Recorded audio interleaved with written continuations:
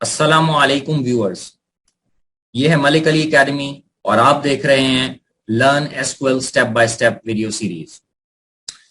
आज का लेसन शुरू करने से पहले मैं आपको ये बताना चाहता हूं कि जो सैंपल डेटाबेस इस वीडियो सीरीज में हम इस्तेमाल कर रहे हैं उसका डाउनलोडेबल लिंक डिस्क्रिप्शन में शेयर किया गया है और इस डेटाबेस को एसक्यूएल सर्वर में सेटअप कैसे करना है इसके लिए लेसन 1 रिकॉर्ड किया गया है, जिसमें आपको स्टेप बाय स्टेप बताया गया है कि इस डेटाबेस को आप एसक्यूएल सर्वर में किस तरीके से सेटअप करेंगे। तो काइंडली आप लेसन 1 पहले देख लें ताकि आप ये डेटाबेस अपने पास सेटअप कर लें और फिर हमारे साथ lesson by lesson queries execute करते जाएं। अब आज का लेसन शुरू करते हैं। आज के लेसन में हम टेबल और कॉलम लेवल के ऊपर कंस्ट्रेंट्स को डिस्कस करेंगे और ये देखेंगे कि इन कंस्ट्रेंट्स को क्रिएट, मॉडिफाई और डिलीट कैसे किया जा सकता है। सबसे पहले तो हम ये देखते हैं कि कंस्ट्रेंट्स करते क्या हैं। तो जैसे कि यहां लिखा हुआ है कि constraints enforce rules at the table level. Basically ये इस चीज को यकीनी बनाते हैं कि आपके टेबल्स में जो डेटा जा रहा है वो रूल्स को फॉलो करते हुए जाए, गार्बेज डेटा ना जाए। ठीक है। इसी तरीके से prevent deletions of tables and records if there are dependencies. अगर मास्टर चाइल्ड रिलेशनशिप बना हुआ है टेबल्स के अंदर, एक टेबल का दूसरे टेबल के साथ रेफरेंस बना हुआ है, तो ये इस चीज को इंश्योर करेगा कि आप मास्टर टेबल को डिलीट ना कर दें। अच्छा, कंस्ट्रेंट्स हमारे पास डिफरेंट टाइप्स के हो सकते हैं। सबसे पहली टाइप जो हमारे पास कंस्ट्रेंट की है वो है not null constraint. Not null constraint इस चीज को इंश्योर करता है कि अगर हम किसी फील्ड को नॉट नल कर देते हैं तो इसका मतलब ये है कि उस फील्ड में लाजमी तौर पर कोई ना कोई वैल्यू आएगी, ये नल नहीं जाएगी फील्ड। ठीक है। नॉर्मली जो आइडेंटिटी होती है हम उसको नॉट नल करते हैं। यूनिक कंस्ट्रेंट क्या करता है, ये इस बात को इंश्योर करता है कि कॉलम जो भी आपका है, फर्स्ट करें हमारे पास एम्प्लॉय का टेबल है, उसमें एम्प्लॉय नंबर है और हमारे पास ईमेल है। हम ये चाहते हैं एक ही ईमेल के ऊपर एक से ज्यादा रिकॉर्ड्स ना हो, तो हम क्या कर सकते हैं कि हम इस ईमेल के कॉलम के ऊपर, जो कि प्राइमरी की नहीं है, हम इस कॉलम के ऊपर यूनिकनेस कंस्ट्रेंट अप्लाई कर सकते हैं कि इस कॉलम के अंदर जो भी वैल्यूज होंगी वो डिस्टिंक्ट होंगी, वो यूनिक वैल्यूज होंगी। एक वैल्यू अगर एक दफा आ जाएगी, जैसे कि m@hotmail.com, ये एक ईमेल एड्रेस है, तो दोबारा m@hotmail.com किसी और रिकॉर्ड में नहीं होना चाहिए। अच्छा, ये एक सिंगल कॉलम के ऊपर भी हम अप्लाई कर सकते हैं और मल्टीपल कॉलम्स के ऊपर भी अप्लाई कर सकते हैं। ठीक है। ग्रुप ऑफ कॉलम्स के ऊपर जब हम अप्लाई करते हैं तो इसका मतलब ये है कि कॉम्बिनेशन यूनिक रहेगी। ये कॉलम 1 है, कॉलम 2 है, कॉलम 3 है। हमने इन तीनों के ऊपर लगा दिया यूनिक कंस्ट्रेंट, तो ये पॉसिबल है कि हमारे पास इस तरह से वैल्यूज बने।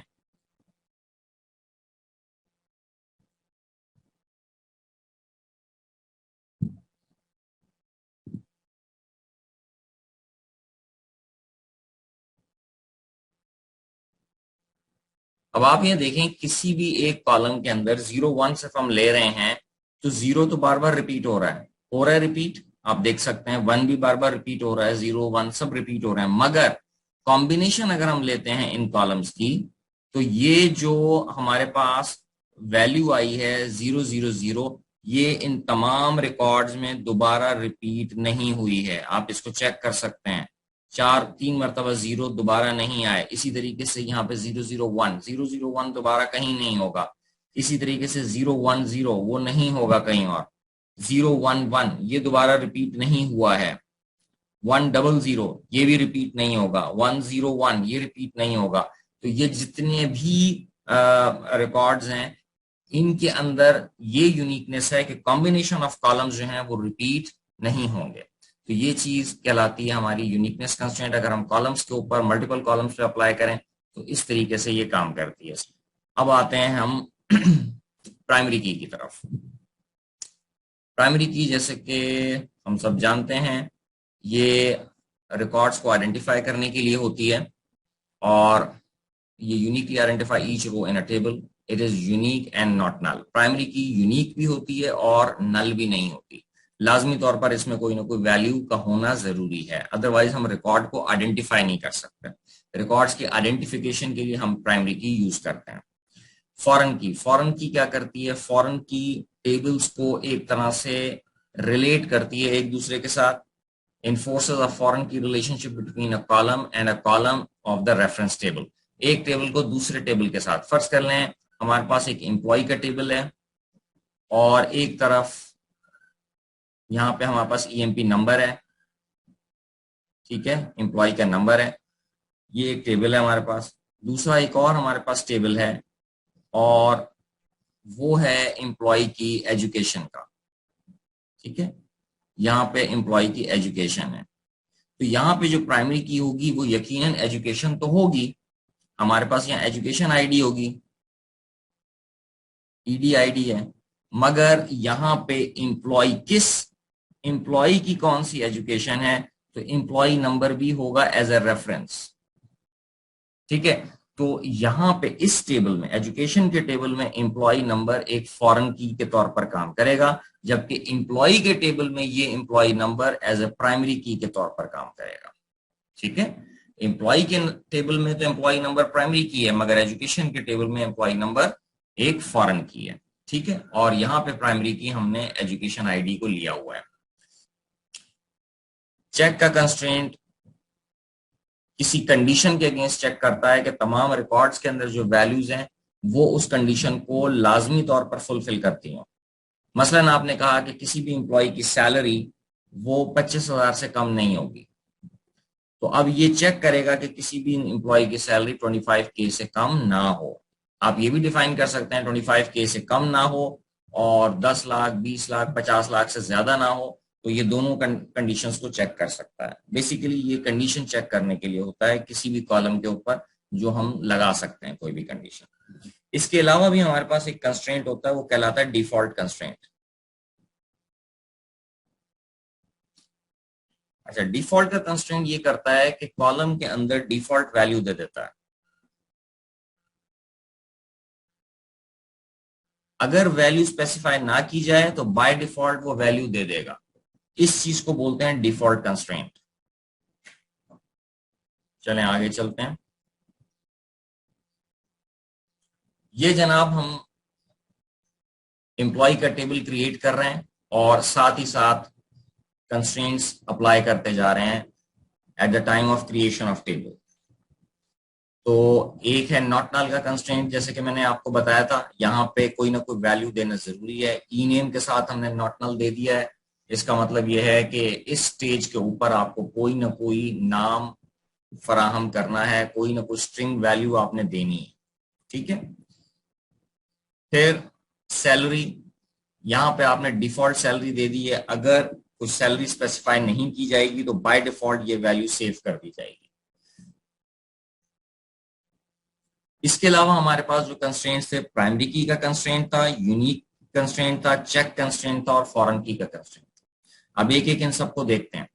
इसका सिंटेक्स ये है कि सबसे पहले हमें मेंशन करना होता है कीवर्ड कंस्ट्रेंट, कि हम कंस्ट्रेंट स्पेसिफाई करने जा रहे हैं, कंस्ट्रेंट। फिर कंस्ट्रेंट का नाम, कंस्ट्रेंट हमने स्पेसिफाई किया, उसके बाद हमने कंस्ट्रेंट का नाम लिखा। अब जैसा आपका दिल करे आप नाम दे सकते हैं, आप इसका नाम ABC जो आपका दिल करे आप दे दें, मगर एक कन्वेंशन बनी हुई है कि प्राइमरी की कंस्ट्रेंट आप देने जा रहे हैं तो PK यूज करें, यूनिक कंस्ट्रेंट देने जा रहे हैं तो UK यूज करें, चेक कंस्ट्रेंट देने जा रहे हैं तो CK यूज करें, फॉरेन की कंस्ट्रेंट देने जा रहे हैं तो FK यूज करें। तो ये एक तरह से एक पैटर्न बना हुआ है, तो उसको अगर फॉलो करेंगे तो कल को आपको जिस वक्त आपको कंस्ट्रेंट को एड्रेस करना होगा, डिलीट करना होगा, मॉडिफाई करना होगा, उस पॉइंट के ऊपर आपको उसका नाम पता होना जरूरी है। तो आप उसको आसानी के साथ आइडेंटिफाई कर लेंगे कि ये PK EMP नंबर का मतलब ये है कि ये एम्प्लॉय नंबर का की प्राइमरी की का कंस्ट्रेंट है। तो आप उसको आसानी से ड्रॉप करना है, मॉडिफाई करना है, जो भी करना है वो आप कर सकेंगे। तो यहाँ पे देखें कंस्ट्रेंट PK एम्प्लॉय नंबर, ये हमने कंस्ट्रेंट दिया, फिर कंस्ट्रेंट नेम दिया, उसके बाद हमने कहा कि इस कंस्ट्रेंट की टाइप क्या है। इसकी टाइप हमने मेंशन की कि प्राइमरी की है, ठीक है। और उसके बाद किस कॉलम के ऊपर ये कंस्ट्रेंट अप्लाई हो रहा है वो हमने पैरेंथेसिस के अंदर लिख दिया एम्प्लॉय नंबर। अगर एक से ज्यादा कॉलम है तो पैरेंथेसिस में हम एक से ज्यादा कॉलम लिखेंगे, जैसे कॉलम 1, कॉलम 2, कॉलम 3, कॉमे के साथ हम कॉलम लिखते चले जाएं। अब ये 3 कॉलम्स के ऊपर प्राइमरी की कंस्ट्रेंट अप्लाई करेगा और तीनों कॉलम्स को मिलाकर प्राइमरी की बनाएगा। ये एक तरह से कंपोजिट की बनेगी, ठीक है। इसी तरीके से कंस्ट्रेंट नेम, यूनिक ईमेल। अब क्या कह रहा है कि ये दूसरा यूनिकनेस कंस्ट्रेंट है हमारा। ईमेल के ऊपर कह रहा है कि ईमेल एक मरतबा यूज हो जाए तो दोबारा वो ईमेल यूज नहीं होनी चाहिए, किसी दूसरे रिकॉर्ड में वही सेम ईमेल नहीं आनी चाहिए। इस चीज को इंश्योर कर रहा है यूनिकनेस कंस्ट्रेंट। यहाँ पे भी अगेन एक से ज्यादा कॉलम्स के ऊपर आप यूनिकनेस कंस्ट्रेंट लगाएं तो क्या करना होगा, आपको कॉमा सेपरेट करते हुए आपको मल्टीपल कॉलम्स पैरेंथेसिस में लिखने होंगे। यानी ये पैरेंथेसिस है और C1, C2, C3 जितने भी आप कॉलम्स चाहें आप उसके अंदर लिख सकते हैं। फिर उस सूरत में ये कॉम्बिनेशन को चेक करेगा कि combination must be unique. Individual किसी कॉलम की वैल्यू तो डुप्लीकेट हो सकती है, मगर कॉम्बिनेशन के अंदर ये हमेशा डिस्टिंक्ट रहेगा, कॉम्बिनेशन इसकी यूनिक होगी। तीसरा हमारा कंस्ट्रेंट यहाँ पे ये चेक कंस्ट्रेंट। चेक कंस्ट्रेंट क्या करेगा, चेक कंस्ट्रेंट कंडीशन को चेक करेगा। अब यहाँ पे आप देखें कंस्ट्रेंट सी के सैलरी चेक क्या करेगा, ये सैलरी बिटवीन 25,000 एंड 10 लाख, 25,000 से 10 लाख के दरमियान सैलरी होनी चाहिए। इसमें 25,000 इंक्लूडेड है, 25,000 से 10 लाख, ठीक है, ये दोनों इंक्लूडेड है। आखिर में यहां पर फॉरेन की का कंस्ट्रेंट है, constraint name, then constraint type, foreign key किस कॉलम के ऊपर है, डिपार्टमेंट नंबर, फिर आपने कहा किस टेबल से आ रही है ये फॉरेन की, क्योंकि फॉरेन की एक ऐसा कंस्ट्रेंट है जो आपके टेबल में किसी और टेबल से आ रही है की। तो यहां पे वो जो की है वो हम मेंशन करेंगे कि रेफरेंस किस टेबल का है, रेफरेंसेस डिपार्टमेंट नंबर। डिपार्टमेंट के टेबल से जो आ रहा है डिपार्टमेंट नंबर वो फॉरेन की है हमारे टेबल के अंदर। अगर कोई वैल्यू एग्जिस्ट नहीं करती डिपार्टमेंट के टेबल में तो वो वैल्यू आपकी यहां पे इस टेबल में एम्प्लॉय के टेबल में नहीं आ सकती। फर्ज करें डिपार्टमेंट हमारे पास है, डिपार्टमेंट्स की वैल्यू है 10, 20, 30, ये डिपार्टमेंट के टेबल में वैल्यू आ रही है। 10 के अंदर है HR, 20 में है सेल्स और 30 में है हमारे पास मार्केटिंग, ठीक है। हमारे पास ये 3 अलग अलग डिपार्टमेंट्स हो गए। अब एम्प्लॉय के टेबल के अंदर 10, 20 या 30 वैल्यू ही आएगी डिपार्टमेंट नंबर की। कोई 40, 50, 5, 6, 7 कोई भी और वैल्यू 10, 20 और 30 के अलावा कोई और वैल्यू नहीं आ सकती हमारे पास एम्प्लॉय के टेबल में। तो आगे चलते हैं,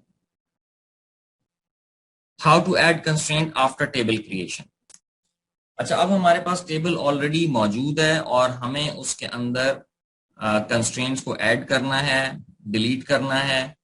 तो वो अब हम कैसे करेंगे, तो सबसे पहला है ऑल्टर टेबल। ऑल्टर टेबल के बगैर आप टेबल के अंदर किसी भी किस्म की ऑल्टरेशन नहीं कर सकते, ना आप कॉलम को चेंज कर सकते हैं ना आप किसी कंस्ट्रेंट को चेंज कर सकते हैं। तो सबसे पहले आप बोलेंगे alter table then table name. फिर अब आप कंस्ट्रेंट ऐड करना चाह रहे हैं तो आप लिखेंगे ऐड कंस्ट्रेंट, फिर कंस्ट्रेंट नेम देंगे, टाइप ऑफ कंस्ट्रेंट देंगे और कॉलम बताएंगे जिस कॉलम के ऊपर वो कंस्ट्रेंट अप्लाई होगा। ये वैसे ही है जैसे कि हम इससे पहले अभी डिस्कस कर चुके हैं।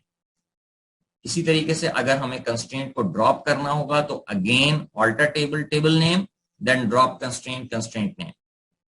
अच्छा, अब हम कंस्ट्रेंट्स के अंदर मॉडिफिकेशन कर रहे हैं, मसलन प्राइमरी की एक टेबल के अंदर आपने ऑलरेडी डिफाइन की हुई है, वो है हमारे पास एम्प्लॉय का टेबल है और एम्प्लॉय के टेबल के अंदर हमारे पास एम्प्लॉय नंबर जो है वो फर्ज करें प्राइमरी की है। ये ऑलरेडी प्राइमरी की हमने मेंशन की हुई है। अब ऑलरेडी डेटा भी टेबल के अंदर मौजूद है और हम चाहते हैं कि एम्प्लॉय नंबर अकेला ना हो बल्कि इसके साथ कोई और कॉलम भी हम ऐड कर दें प्राइमरी की के अंदर। तो फर्स्ट स्टेज में हमें एम्प्लॉय नंबर जो कि प्राइमरी की का कंस्ट्रेंट है, उसको कंस्ट्रेंट को हमें ड्रॉप करना होगा। कॉलम को ड्रॉप मत कर दीजिएगा, कंस्ट्रेंट को ड्रॉप करेंगे। तो alter table employee drop constraint P K employee number. इस बात को हमेशा याद रखिएगा कि प्राइमरी की कंस्ट्रेंट अगर हमें मॉडिफाई करना है, पहले एक कॉलम था अब 2 कॉलम करने हैं, 4 कॉलम थे 6 कॉलम करने हैं, यानी फर्स्ट हमें ड्रॉप करना होगा कंस्ट्रेंट और सेकंड स्टेज पर हमें नया कंस्ट्रेंट ऐड करना होगा प्राइमरी की के बारे में। ठीक है, अदरवाइज हमारी प्राइमरी की इस तरह से डिफाइन नहीं हो पाएगी। यहां पर हम आज के लेसन को क्लोज करते हैं। अगर आपको ये वीडियो पसंद आए तो लाइक कीजिए, चैनल को सब्सक्राइब कीजिए और कमेंट्स में अपनी राय का इजहार जरूर कीजिए। शुक्रिया।